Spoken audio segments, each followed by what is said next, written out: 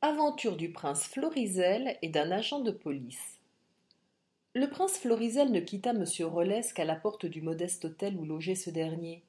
Ils causèrent beaucoup, et le jeune homme fut plus d'une fois ému jusques aux larmes par la sévérité mêlée de bienveillance que le prince mit dans ses reproches. Ma vie est perdue, dit-il enfin. Venez à mon secours, dites-moi ce que je puis faire. Je n'ai, hélas, ni les vertus d'un prêtre, ni le savoir-faire d'un fripon. Maintenant que vous êtes humilié, dit Florizel, je n'ai plus à vous donner d'ordre. Le repentir se traite avec Dieu et non avec les princes. Mais si vous me permettez un conseil, partez pour l'Australie comme colon, cherchez une occupation active, travaillez de vos bras au grand air, tâchez d'oublier que vous avez été prêtre, tâchez d'oublier l'existence de cette pierre maudite. Maudite, en effet. Où est-elle maintenant? Et quel nouveau malheur prépare-t-elle à l'humanité? Elle ne fera plus de mal à personne. Elle est dans ma poche. Vous voyez, ajouta le prince en souriant, que votre repentir, si jeune qu'il soit, m'inspire confiance. Que votre Altesse me permette de lui toucher la main, murmura monsieur Rollès. Non, répondit Florizel, pas encore. Le ton qui accompagna ces derniers mots sonna éloquemment à l'oreille du coupable. Quand, quelques minutes après, le prince s'éloigna, il le suivit longtemps des yeux, en appelant les bénédictions célestes sur cet homme de bon conseil. Pendant plusieurs heures, le prince arpenta seul les rues les moins fréquentées. Il était fort perplexe. Que faire de ce diamant? Fallait-il le rendre à son propriétaire, qui le jugeait indigne de le posséder? Fallait-il, par quelque mesure radicale et courageuse, le mettre pour toujours hors de la portée des convoitises humaines? Qu'il fût tombé entre ses mains par un dessein providentiel, ce n'était pas douteux, et, en le regardant sous un bec de gaz, Florizel fut frappé plus que jamais de sa taille et de ses reflets extraordinaires. C'était décidément un fléau menaçant pour le monde. Que Dieu me vienne en aide, pensa-t-il. Si je persiste à le regarder, je vais le convoiter moi-même. Enfin, ne sachant quel parti prendre, il se dirigea vers l'élégant petit hôtel que sa royale famille possédait depuis des siècles sur le quai. Les armes de Bohême sont gravées au-dessus de la porte et sur les hautes cheminées. À travers une grille, les passants peuvent apercevoir les pelouses veloutées et garnies de fleurs. Une cigogne, seule de son espèce dans Paris, perche sur le pignon et attire tout le jour un cercle de badauds. Des laquais à l'air grave vont et viennent dans la cour. De temps à autre, la grande grille s'ouvre et une voiture roule sous la voûte. À divers titres, cet hôtel était la résidence favorite du prince Florizel. Il n'y arrivait jamais sans éprouver le sentiment du chez-soi, qui est une jouissance si rare dans la vie des grands. Le soir dont il est question, ce fut avec un plaisir particulier qu'il revit ses fenêtres doucement éclairées. Comme il approchait de la petite porte par laquelle il entrait toujours lorsqu'il était seul, un homme sortit de l'ombre et lui barra le passage avec un profond salut. Est-ce au prince Florizel de Bohême que j'ai l'honneur de parler? Tel est mon titre, monsieur. Que me voulez-vous? Je suis un agent chargé par monsieur le préfet de police de remettre cette lettre à votre Altesse. Le prince prit le pli qu'on lui tendait et le parcourut rapidement à la lueur du réverbère. C'était, dans les termes les plus polis et les plus respectueux, une invitation à suivre immédiatement à la préfecture le porteur de la lettre. En d'autres termes, dit Florizel, je suis arrêté. Oh, rien ne doit être plus éloigné, j'en suis sûr, des intentions réelles de monsieur le préfet. Ce n'est pas un mandat d'amener, mais une simple formalité dont on s'excusera certainement auprès de votre Altesse. Et si je refusais de vous suivre? Je ne puis dissimuler à votre Altesse que tous pouvoirs m'ont été donnés, répondit l'agent en s'inclinant. Sur mon âme, votre audace me confond. Vous n'êtes qu'un agent et je vous pardonne, mais vos chefs auront à se repentir de leur conduite. Quel est le motif de cet acte impolitique? Remarquez que ma détermination n'est pas prise et peut dépendre de la sincérité de votre réponse. Rappelez-vous aussi que cette affaire n'est pas sans gravité. Eh bien, dit l'agent, fort embarrassé, le général Vandeleur et son frère ont osé accuser le prince Florizel d'un vol, s'il faut dire le mot. Le fameux diamant, prétendent-ils, serait entre ses mains. Une simple dénégation de la part de votre Altesse suffira naturellement à convaincre monsieur le préfet. Je vais même plus loin. Que votre Altesse fasse à un subalterne l'honneur de lui déclarer qu'elle n'est pour rien dans cette affaire, et je demanderai la permission de me retirer sur-le-champ. Le prince n'avait jusqu'alors considéré cet incident que comme une bagatelle, fâcheuse uniquement au point de vue de ses conséquences internationales. Au nom de Vandeleur, la réalité lui apparut dans toute son horreur. Non seulement il était arrêté, mais il était coupable. Il ne s'agissait pas d'une aventure plus ou moins désagréable, mais d'un péril imminent pour son honneur. Que faire, que dire? Le diamant du Rajah était en vérité une pierre maudite, et il semblait à Florizel qu'il dût être la dernière victime de son sinistre pouvoir. Une chose était certaine, il ne pouvait donner à l'agent l'assurance qu'on lui demandait, et il fallait gagner du temps. Son hésitation ne dura pas une seconde. Soit, dit-il, puisqu'il en est ainsi, allons ensemble à la préfecture. L'agent s'inclina de nouveau et suivit le prince à distance respectueuse. Approchez, dit Florizel, je suis disposé à causer.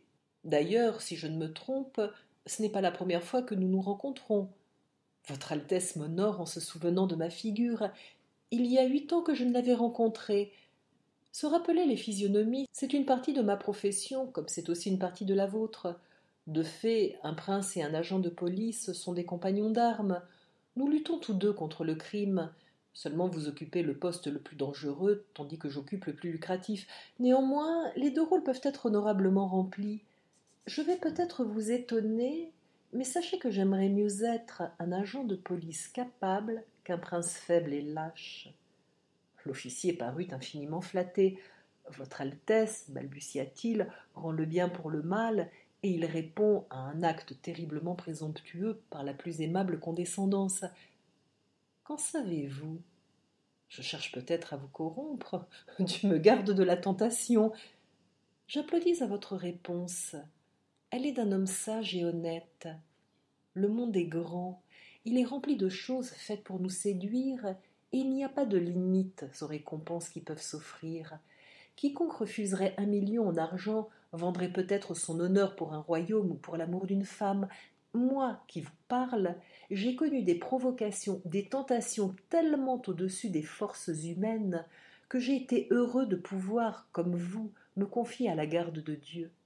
C'est grâce à ce secours journellement imploré que nous pouvons, vous et moi, marcher aujourd'hui côte à côte avec une conscience qui ne nous reproche rien. J'avais toujours entendu dire que votre Altesse était la bravoure même, fit l'agent, mais j'ignorais que le prince Florizel fût religieux en outre. Ce qu'il dit là est bien vrai. Oui, le monde est un champ de bataille, et on y rencontre de rudes épreuves. Nous voici au milieu du pont, dit Florizel. Appuyez-vous au parapet et regardez. De même que les eaux courent et se précipitent, de même les passions et les circonstances compliquées de la vie emportent dans leur torrent l'honneur des cœurs faibles. Je veux vous raconter une histoire. Aux ordres de votre Altesse, répondit l'agent. Et, imitant le prince, il s'accouda sur le parapet. La ville était déjà endormie, tout faisait silence. Sans les nombreuses lumières et la silhouette des maisons qui se dessinaient sur le ciel étoilé, ils auraient pu se croire dans une campagne solitaire.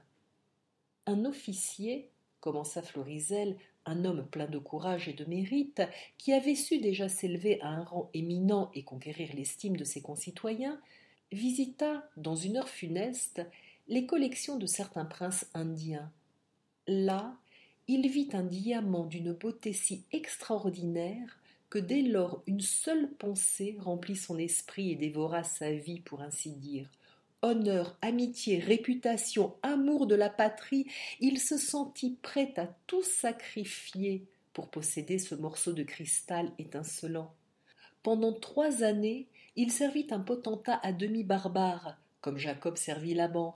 Il viola les frontières, il se rendit complice de meurtres, d'attentats de toutes sortes. Il fit condamner et exécuter un de ses frères d'armes qui avait eu le malheur de déplaire au Rajah par son honnête indépendance.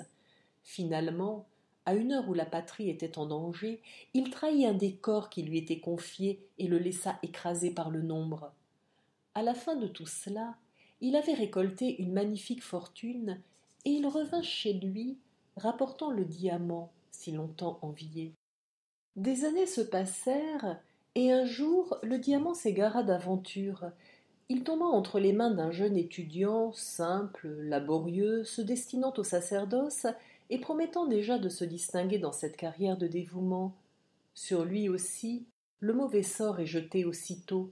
Il abandonne tout, sa vocation, ses études, et s'enfuit avec le joyau corrupteur en pays étranger. L'officier a un frère, homme audacieux et sans scrupules, qui découvre le secret du jeune ecclésiastique. Celui-là va-t-il prévenir son frère, avertir la police? Non. Le charme diabolique agira encore sur lui. Il veut posséder seul le trésor. Au risque de le tuer, il endort au moyen d'une drogue le clergyman, attiré dans sa maison par une ruse, et il profite de cette torpeur pour lui voler sa proie. Après une suite d'incidents qui seraient ici sans intérêt, le diamant passe aux mains d'un autre homme qui, terrifié de ce qu'il voit, le confie à un personnage haut placé et à l'abri de tout reproche. L'officier, continua Florizel, s'appelle Thomas Vandeleur. La pierre précieuse et funeste, c'est le diamant du Rajah, et ce diamant, vous l'avez devant vos yeux, ajouta-t-il en ouvrant brusquement la main. L'agent recula, éperdu, avec un grand cri. Nous avons parlé de corruption, reprit Florizel. Pour moi, cet objet est aussi repoussant que s'il grouillait de tous les vers du sépulcre, aussi odieux que s'il était formé de sang humain, du sang de tant d'innocents qui coula par sa faute. Ces feux sont allumés au feu de l'enfer, et quant aux crimes, aux trahisons qu'il a pu suggérer dans les siècles passés, l'imagination ose à peine les concevoir. Depuis trop d'années il a rempli sa noire mission, c'est assez de vies sacrifiées, c'est assez d'infamie. Toutes choses ont un terme, le mal comme le bien, et quant à ce diamant, que Dieu me pardonne si j'agis mal, mais il verra ce soir la fin de son empire. Ce disant, Florizel fit un mouvement rapide de la main, le diamant décrivit un arc lumineux, puis alla tomber dans la Seine. L'eau jaillit alentour, et il disparut. Amen, dit gravement le royal justicier, j'ai tué un basilic. Qu'avez-vous fait? S'écria en même temps l'agent de police hors de lui. Je suis un homme perdu. Bon nombre de gens bien placés à Paris pourraient vous envier votre ruine, répartit le prince avec un sourire. Hélas, votre Altesse me corrompt, moi aussi, après tout. Que voulez-vous? Je n'y pouvais rien. Maintenant, allons à la préfecture. Peu après, le mariage de Francis Crimjour et de Miss Vandeleur fut célébré, sans bruit, le prince faisant office de témoin. Les deux Vandeleur ont eu vent sans doute du sort de leur butin, car d'énormes travaux de dragage dans la Seine font l'étonnement et la joie des flâneurs. Ces travaux pourront continuer longtemps, puisqu'une mauvaise chance a voulu jusqu'ici qu'on opérât sur l'autre bras de la rivière. Quant au prince, ce sublime personnage ayant maintenant joué son rôle, il peut, avec l'auteur arabe, disparaître dans l'espace. Pourtant, si le lecteur désire des informations plus précises, je suis heureux de lui faire savoir qu'une récente révolution a précipité Florizel du trône de Bohême, par suite de ses absences prolongées et de son édifiante négligence en ce qui concernait les affaires publiques. Il tient à présent, dans Rupert Street, une boutique de cigares, très fréquentée par d'autres réfugiés étrangers. Je vais là, de temps en temps, fumer et causer un brin, et je trouve toujours en lui l'être magnanime qu'il était au jour de sa prospérité. Il conserve derrière son comptoir un port olympien, et bien que la vie sédentaire commence à marquer sous son gilet, il est encore incontestablement le plus beau des marchands de tabac de Londres.